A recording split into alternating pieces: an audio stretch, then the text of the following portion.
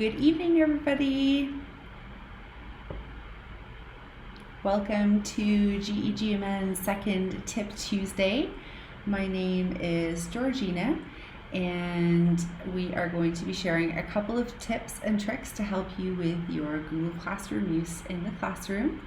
So if you are joining us, please go ahead and jot down your name in the comment section so we know where you're joining us from and what school you're with. And yeah, I'm really excited to see everybody.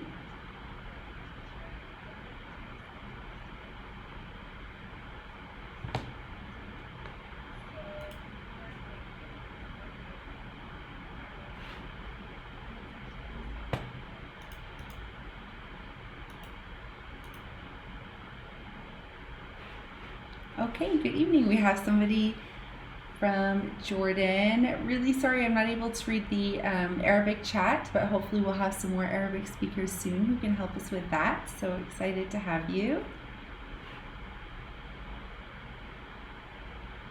Okay, so basically what we reviewed last time, I'll put that on the screen. In Tip Tuesday 101, last week we took a look at setting the stream settings so that you're able to allow students to comment on the classroom stream or not. We also took a look at how you can display your Google Classroom code and how you can turn it off if it's something that you don't need to share because your classrooms are already set up automatically. We also took a look at the Guardian summary, so being able to provide access to parents so that Google Classroom sends them a report either weekly or daily to let them know about the assignments and stream posts that are available for viewing or that their children have to complete and hand in. So it's a nice way to close that gap and have parents join as well. And we also took a look at how to create an assignment in Google Classroom. So there are several things that you can create, and the assignment is one that we reviewed yesterday. So in today's Tip Tuesday, we wanted to take a look at different ways that you could collaborate in the Google Classroom and different ways that you could grade and how you can provide feedback to your students. Before I start though, I wanted to just give a shout out to Tamina, who's joined us from the same school that I'm at. So hi Tamina, thanks for popping in. And also somebody's joined us in Arabic, so hopefully someone can help us out with the Arabic soon. So want to ask our viewers this evening if there are any questions that they would like to review before we get started. Maybe any questions about anything that we reviewed last week that you've had a chance to have a go with in the classroom with your students. Maybe something that you've run into working with other teachers at your school that you'd like us to look at today. So please go ahead and jot your questions down in the chat and we will take a look at that together. And I think that there might be a delay, so I'm going to give an extra 30 seconds or so in case anybody wants to ask any questions.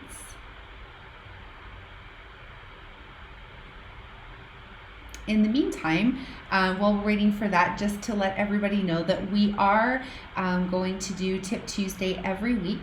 The idea was to do it every couple of weeks or maybe monthly, but in view of all of the awesome online learning that's happening right now, globally even, with schools around the world and growing motivation for digital learning, we definitely want to make sure that we're supporting our team and local Googlers that are up and rising. So we will provide Tip Tuesday every week, and it's a chance for you to comment in our Facebook group, Twitter group, or our Instagram group and Google group if you would like to have any specific items shared during Tip Tuesday. Always welcome.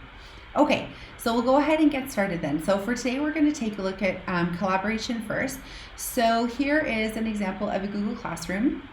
And here's an example of an assignment that is already set up for you. So it's just one way that you can set up your lessons for learning inside the classroom, where you have an objective for the lesson and then you have step-by-step instructions. One way that's nice about putting all the step-by-step instructions in the classroom is that it allows the teacher to differentiate the lesson a little bit more. So if you have identified certain students who you know prefer to work with a teacher, or for whatever ability reason require you to work with them for extra support, then it allows the other students in the class to be independent and lead their own learning. So it's what we call student-led learning. So if you are able to provide the resources and the instructions to go with it, then you can ask different groups to go ahead and do that by themselves. Do it in groups depending on if you're one-to-one devices at your school. So there are lots of different options. It's also a really awesome way to do flipped classroom. You can always ask students, for example, to take a look at the content. So as you can see here, we have a NASA YouTube video, we have a How Plants Grow video. They're just examples for you to see how content can be shared through Google Classroom. So you could even say to your students, here's the lesson we're going to be taking a look at tomorrow, and please go ahead and check out the YouTube videos, have a think about it, and be ready for the lesson that we'll be doing together tomorrow. So this is a really great way that students have a chance to be prepared when they come to class the next day. So that's really great too. So how can we work collaboratively together inside of a Google Classroom assignment? So this example here, as you can see by the blue icon in the top left-hand corner, this is actually a material post, which is really awesome because it's one way to set an assignment for students or a learning task and not have them worry about handing it in on a certain on a certain day at a certain time, and not having them worry about their grades. So if you are interested in just sharing the task with students, then you can do it this way with the material. Whether it's done as a material or an assignment, you do have the option to share a collaborative document with students that they can work on together at the same time. So in this example here, we see that there's a science Google Doc. So I'm going to open that on the screen now, make that a little bigger for everyone to see. So this is what we call a KWL chart, basically taking a look at what do I already know about the subject, which is the K, and what would I like to learn about the subject. And then the L is to complete after the subject or the unit has finished, and students can go back and reflect on their learning journey. So it's really nice. Basically, in this document, it has been set in order for students to be able to collaborate together. So if you see there, this is myself with 3 groups, which are the students in this Google Classroom. So I didn't have to share that to them. By placing the activity inside this Google Classroom, it will assign this Google Classroom to everybody in the People tab, as you can see here in the top, the People tab. So it's going to allow, and then you would basically set if you wanted to have students work on it by themselves. So it could be set to allow each student to have their own copy, or you can have it set to everybody has only view access. So if it's something you'd like them to look at, for example, if you did the flipped Google Classroom, you could ask them to view the videos and have a think about the activity ahead of time to complete the next day. So that's really awesome too, and you can open up the edit access during the start time of the Google Classroom. Really, really awesome feature that Google provides, allowing the teacher that flexibility to create flipped Google Classroom learning experiences as well as collaborative in-class experiences. And I like the fact that there is that scheduling time so that you can actually choose when you want students to see certain parts of the lesson or different activities, because maybe if you were to post everything all together at the beginning of the class, we all have those awesome students. I know I was one of them when I was in high school who wants to get everything done at the same time. So if you don't want to have students completing the learning ahead of time and you want things to be done together, then it allows the teacher that way to lead the learning. Okay, so how do students collaborate all together? So basically they go ahead in this particular example and they can all type on the same sheet. How do we then provide feedback to students in this collaborative setting? So you have different ways of doing it. The first way is you could, for example, pick a color. So we'll go up here to the highlight tool and we'll pick a color. I like the blue color, so we'll pick that color. And then you can highlight like this, and you'll see that the text is now blue.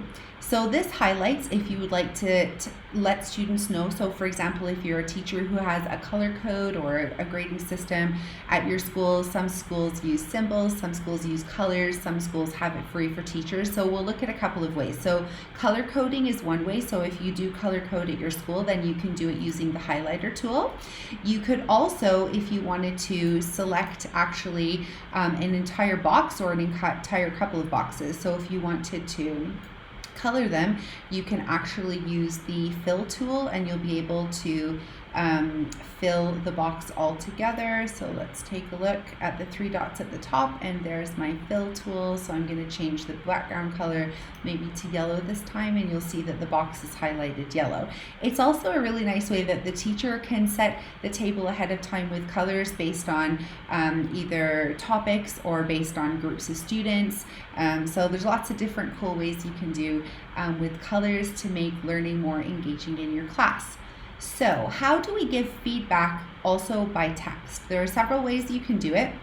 As you notice, when I highlight a certain portion of text in the document, all of a sudden here on the right hand side, I have this circle with a plus sign in it, which is called a comment. So if I click on it, or hover over it, it tells me that it's add comment, and I can click on it and I can add a comment. Right away, you'll notice that your name appears in the top so that students know who the comment is coming from, which is always really helpful if you want to make sure that students know that the teacher's leaving the comment. So I'm going to go ahead and I'm going to highlight this comment here in the what I already know, and I'm going to add the comment, great share, plants definitely belong to the living things group. And you can add a smiley face if you want, and you can click comment. So once we post a comment, you'll notice there on the right hand side that students have the ability to see what time and day that you posted the comment and your comment below. This means that anybody who's shared in this Google Doc can actually click on the resolve button to mark it as resolved. And the question always is, when I mark resolved, what happens to it? So technically it's going to disappear because you've actually actioned the feedback. However, does the feedback actually disappear? Let's take a look together and click on the comment button in the top right hand side next to the share window, and you'll see here that this has a history of the comments that I've actually added. So it's never actually gone, which is another awesome thing that I love about Google. Anything you do in the Google apps is always saved. There's always a way of retrieving it. So just like in the version history, and we'll take a look at that in a second, we can see the comments here. Also, what's really nice is if a student accidentally clicked on resolve and the question wasn't actually addressed yet, you can reopen. Do you see the word reopen there just next to the date and time in the window? So you can actually click reopen the ticket, and the ticket is going to be re-added next to the text. So it's really, really nice, and it tells you when it was marked as resolved and when it was reopened. Also, the 3 buttons at the top right, we have here edit, delete, and link to this comment. So I'm going to go ahead and click on edit, and it just means that I can add additional things. If I want to keep up the great work, for example, and I can click save. And I can also go ahead and link to this comment. So if I want to remind a student, if I've given them an action item, for example, and I've said, could you please explain why you think plants are living things, really getting them to reflect and comment, then you could copy that link and you can either post it directly inside the Google Classroom. So we'll do that together. You can either click Control-C or Command-C on your keyboard, or click on the copy link here in the center, and you'll see that it's copied for you.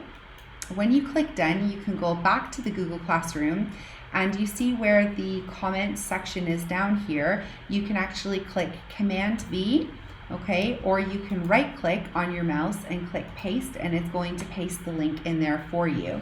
You can then address it to the student that you'd like to send it to. I'll put that at the top before the link though. Hold on. Adam, could you please respond to the feedback below? And you can comment it there. If the feedback is fairly general, it's not related to any grades or anything like that, you may want to put it there, because in the mainstream where this Google Classroom is posted, it's actually going to encourage others also to go and take a look at that feedback, right? So if it's a really general comment feedback that you'd like to give to the whole class, it's a nice way of doing it. Or if you, and you can remind then students to go and take a look at your feedback by clicking on it, and it directly opens up to that place. So that's a really nice way of doing it. The other thing that you can do is you can actually address feedback to someone by clicking the at button. And you'll see there that there are different users that come up for your student. So you select the student you'd like to send the message to, and basically you're going to enter the text for the comment. Great idea. Looks like you studied the plant topic before. And then you're going to be able to click on reply, and that replies, and you'll see there that the name is actually hyperlinked. So that person is going to receive a notification that you have replied and commented. So it's a really nice way for students to respond to each other. So it can be teacher-student or it can be student-student in a collaborative document, but it is a really great way for students to engage in the lesson as well as after or before. I think sometimes we get lost with feedback, and it sometimes, or maybe it's just me because I'm getting old now, but we sometimes think about feedback that it's, you know, something that we write on an assignment or on a test and we give back to students after. But actually feedback is really awesome when it's done throughout the entire learning process, the entire lesson. So this is one great way that students can do that collaboratively on the side or with the teacher as well. So after everything is resolved, then you can just click on the resolve button and it's going to be completed. Another way that you can do it is you can actually write directly in the text. So sometimes what I do is I might leave an enter space, and I might just change the color of the text by looking, if you look at the top at the letter A, that is the text color that's underlined. And if you click on it, so whatever your color of choice is, I'll choose dark blue and I'll make it bold as well. You can use Command B or Control B to make it bold on your computer, or you can click the B button at the top and you can type. Great idea, Julie, keep up the great work. Kids love seeing positive feedback, right? And negative feedback doesn't always need to be negative. It can also be given in question form. So you can add questions there as well. So plants are alive in my brain. I really like seeing that comment. So I'm going to change the color. You can keep the same color. It's kind of like a virtual pen, right? So if you have blue and you like to write with blue, this is one way you can do it digitally online. I'll choose purple. Purple is also one that I love. Okay, so plants are alive in my brain, and then you can also comment there, that's great, you're always thinking about living things. What is your favorite OU if you're in the British system, OR if you're in the North American system? What is your favorite plant? And that also inspires collaboration and interaction with students. So you're able to then go back in later and see that interaction. So these are a couple of ways that you can actually collaborate and provide feedback. It's kind of addressing the 2 points in one go if we take a look at our schedule. So we've got feedback at the end and collaboration. So it's a little bit of both, right? You can collaborate in the document, students, teacher, students, and teachers can go in after, and there's different ways that you can provide feedback. And then this is in a one shared document. The good news is that you can provide the same feedback if you have assigned this where each student receives their own Google Doc. So let's say that there was just one student that had this Google Doc. It's exactly the same way. You can either add your comments directly on the document, or you can add the add comment button on the right and you can give them feedback directly in the document. I've seen this work really well for teachers who have set projects like English essays or other write-ups where students have to prepare something to submit for a presentation or an assignment, and teachers are able to provide feedback throughout the assignment even before students are handing it in. So this is a really great way as well.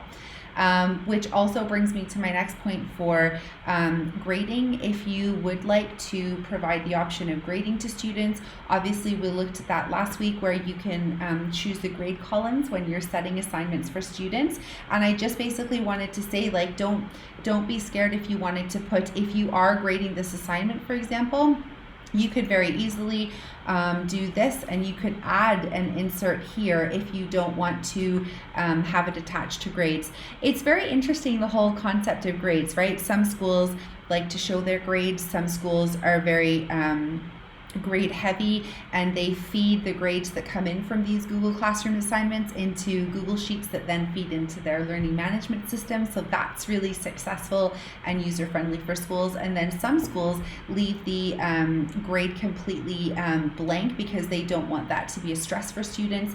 If you would like to do that but still provide feedback to the student, you could just very easily insert a grade here. So at the right hand side of this section, just underneath the title, you could even click on the do you see where I'm clicking at the top there with the lines? Okay, so it's going to justify or align where the text goes. So I'm actually going to click on right align, and it's going to send my cursor all the way to the right of the text, and I'm going to enter, for example, 80%, or you could enter, for example, 7 out of 10 if you're doing the grading system. And then you can just do the same thing we were doing with the colors before. You could either make that text a little bigger using the numbers at the top to control the font size. You could also highlight it.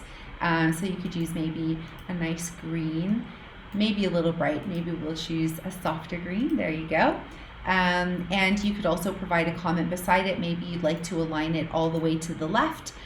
So you can still add that in later, and when you return the assignment to the student, they'll see this instead of the grade. So you can do either or. So today's just about providing other tips and tricks, because Google is awesome and knows that students all learn differently, and they definitely know that educators all teach differently and that schools all have different requirements. So really awesome just to take a look at a couple of different ways that you can do that.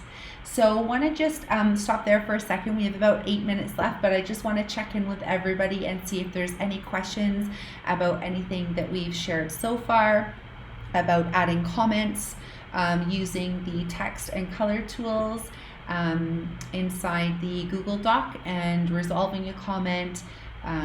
Anything at all, please go ahead and jot down your questions on the side. It's really nice about these live sessions is that it's not necessarily a full-on tutorial ABCD, but it's just tips and tricks for the classroom. So definitely there are tutorials available for how to set up a doc, how to set up this, how to do this, and these are just also added benefits or other ideas of how you could use the same tool in a different innovative way. So hopefully some of you are able to use some of these tools. I don't see any questions in the comment section, so we're going to move right along. Wanted to show you guys two other alternatives for grading. This is an option that was done through Google Classroom on the mobile device. So just in case people were not aware, when you set an assignment inside of a Google Classroom, you can actually grade it using your finger on a tablet or an iPad, or you can use a stylus if you have an Apple 2 Gen pencil or a tablet stylus. You can do this. So exactly like we were just looking at in the Google Doc, where you can actually highlight text, you can actually, as you can see there, highlight it blue. or any other color for that matter. And then you can draw symbols. So we were talking earlier about providing grades or feedback using marking codes or marking schemes. So you can draw those on, or you can insert them. You can write comments with your finger, and you can also add text. As you see there, this is a text that I have added.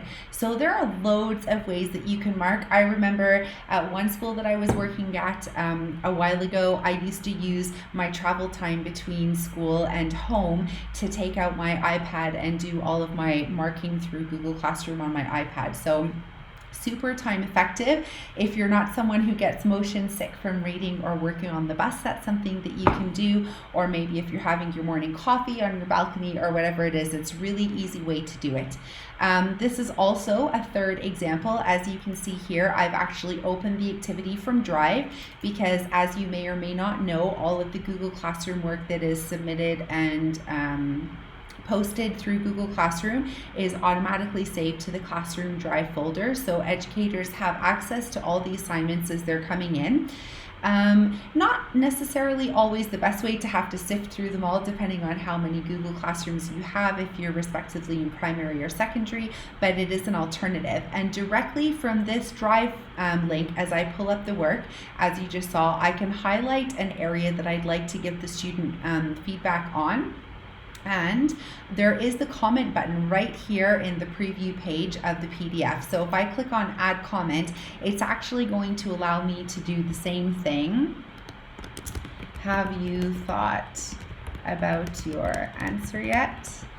And you can click comment, and it even tells you, it's really awesome, it says viewers of the file can see comments and suggestions. So you post the comment and you'll see that it's there in the preview window. So just in case you were thinking that maybe you're a little bit restricted, there are lots of ways that you can provide feedback and grades to students from all kinds of angles from the same Google Classroom assignment. We have just a few minutes left. I realize that I spent quite a bit of time in Google Docs. I'd like to show you one more example through Google Jamboard. So we'll take a look at Jamboard in more detail if we run out of time. But here's an example of assignment. You can see right away in the header of the Google Classroom that the logo key, or the icon I should say, is a clipboard for a Google Classroom assignment that is different to this one down here, which was just a material post. That means that right away we can see how many students have handed it in and how many students have been assigned the work. So here's an example of a Jamboard that I have inserted as a resource for students, and I actually set it so that students were all able to edit the same document. So again, another way to do collaborative feedback, shared feedback together. So in this Jamboard, we have the title in the left-hand side, and just a reminder for everybody, if you're not sure what Jamboard is or you didn't catch last month's episode, as you see, it's basically a whiteboard with a few interactive tools on the left hand side, and you can scroll to different pages of the Google slide at the top here by using the right and left arrows. So you can see here that the students have done some work on the plants, and basically now we want to give feedback. So there are different ways you can do it. You could ask students to stand up in their chairs but leave their devices on the tables and move around the room, and just choose another computer to sit at. Whatever page is open on the screen, you can ask the student to use an opposite color, leave feedback either by using the pen tool here on the left hand side, and they can choose pen, marker, highlighter, etc., and they can use a different color and they can draw the feedback.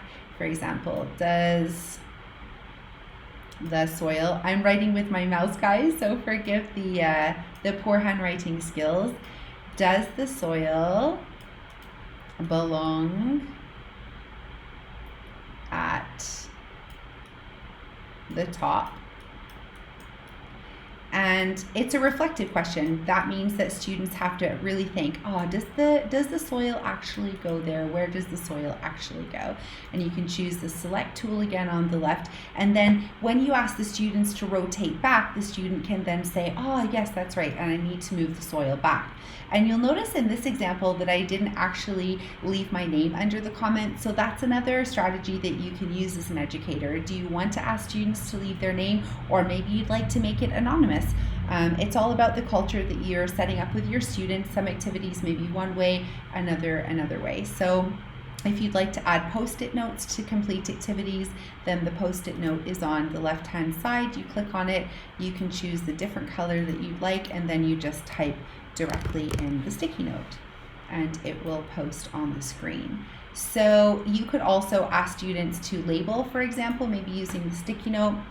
This is Carly's work, so she can actually choose to leave this in the corner, make it bigger or smaller. You can actually tilt it a little bit, and you can also insert pictures directly from your drive, upload them. You can search Google Images and you can upload them directly from your device as well. So it allows students to be personalized and allows them to have their own place to give feedback. So it's really a nice way to think about using the physical space and allowing students to move around. And it's also allowing them to use the Google space where their feedback is saved and shared. So we've looked at a couple of ways to give feedback and grading in Google. That marks 30 minutes for today's session. Does anybody have any questions about Jamboard? How do we leave feedback on Jamboard? There's a rubber tool here while people are thinking about their questions, so people can actually erase as well. Any questions at all? Now is the time to ask. Hopefully that's given you a few ideas or maybe inspired a couple of other ideas, and we'd love for you guys to share. So if you were able to use any of the tips and tricks from today or any of the Tip Tuesday mini PD session, then please go ahead and share. Take awesome photos of the collaborative work or engaging, innovative work that your students have done or that you've inspired another teacher to do. And we would love to celebrate those innovative creations on our GMN social. So go ahead and tag us and we'd love to see what everybody's been up to. So I'm just looking on the chat and I don't see that there are any questions. So hopefully that was explained fairly well and it's given you some ideas. And we look forward to seeing you next Tuesday, and we will be asking in social media what everybody would like to see. If these items that you've seen you found helpful, because this is obviously all for you guys, so please do go ahead and give feedback as to what you would like us to show you in the upcoming sessions. Okay, last call for questions and then I shall say goodbye.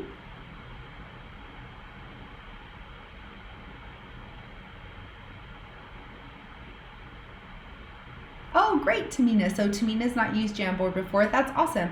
So yeah, absolutely. Give it a go and I can talk to you more about that at school tomorrow, but it's a really fun way for students to brainstorm, to vision board, to get their ideas out, and then as we saw today, provide feedback to each other.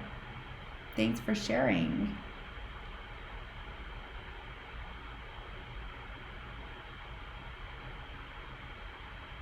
Okay, great. So thank you for joining everybody who joined us today for collaborative feedback and grading. And we will look forward to seeing you next Tuesday. And